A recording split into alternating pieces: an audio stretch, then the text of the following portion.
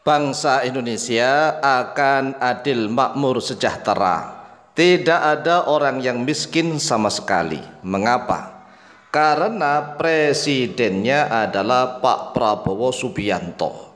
Maka dijamin Indonesia akan menjadi negara yang maju, bangsanya adil, makmur, dan sejahtera. Tidak ada yang miskin sama sekali.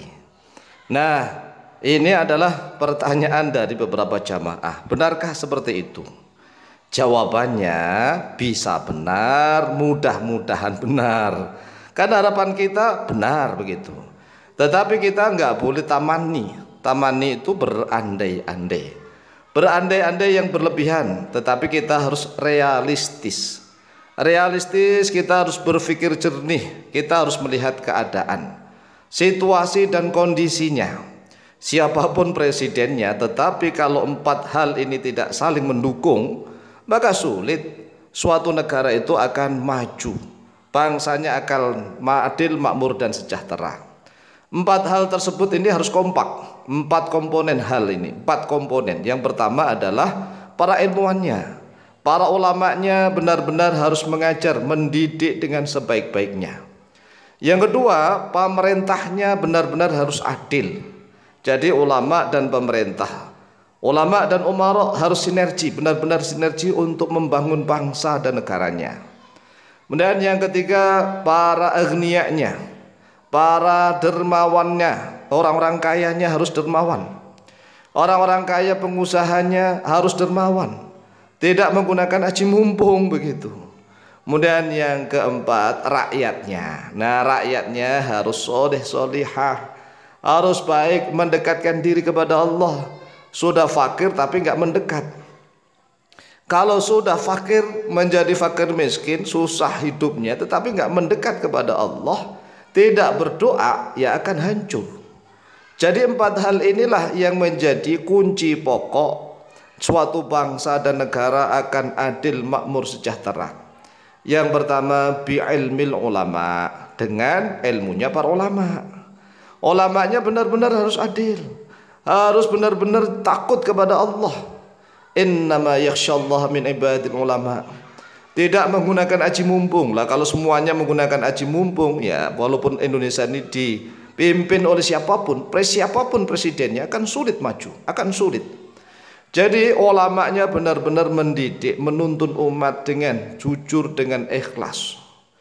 Yang kedua, bi'adlil umara. Bi'adlil umara artinya dengan keadilan pemerintah.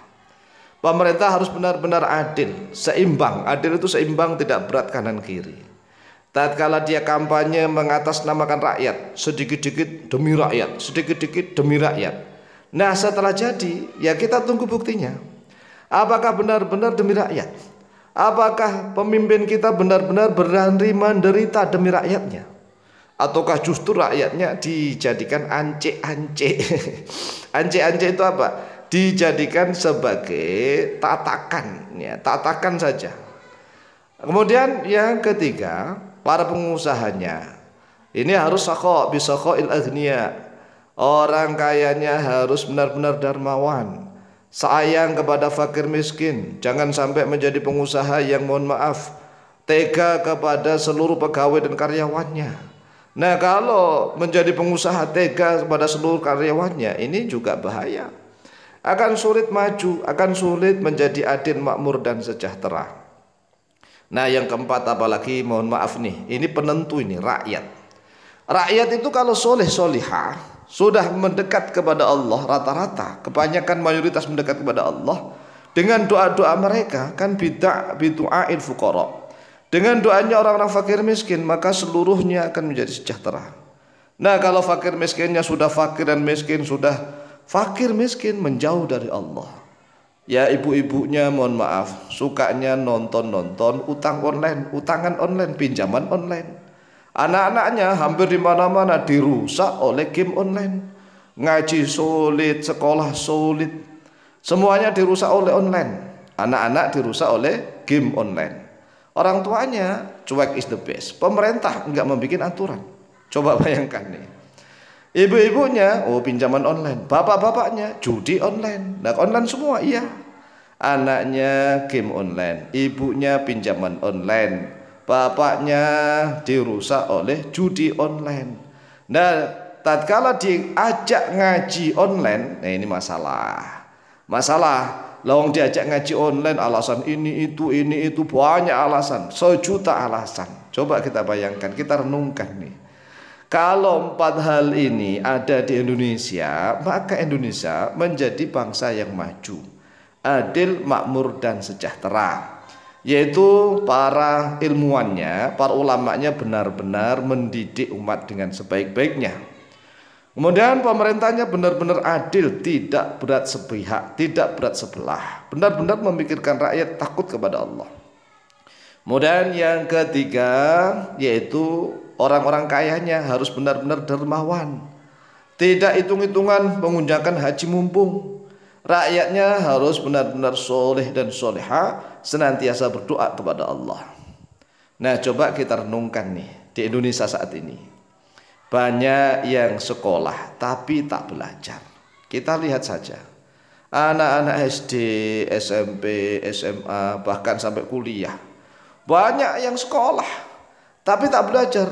Ya kita harus jujur nih, ya kita kan pernah sekolah juga. Teman saya dulu, Masya Allah, itu dulu nih, yang benar-benar serius belajar itu bisa dihitung dengan jari, walaupun jumlah siswa itu ratusan. Jadi banyak yang sekolah tapi tak belajar. Yang penting itu sekolah atau belajar? Yang penting adalah belajar. Belajar tidak harus sekolah, bisa belajar di rumah, bisa belajar di masyarakat, bisa belajar di kebun, bisa belajar di alam. Yang penting itu belajar. Kemudian yang kedua, di Indonesia ini masih banyak yang bergelar tapi tak berilmu. Karena gelar diperjualbelikan, bisa dibeli.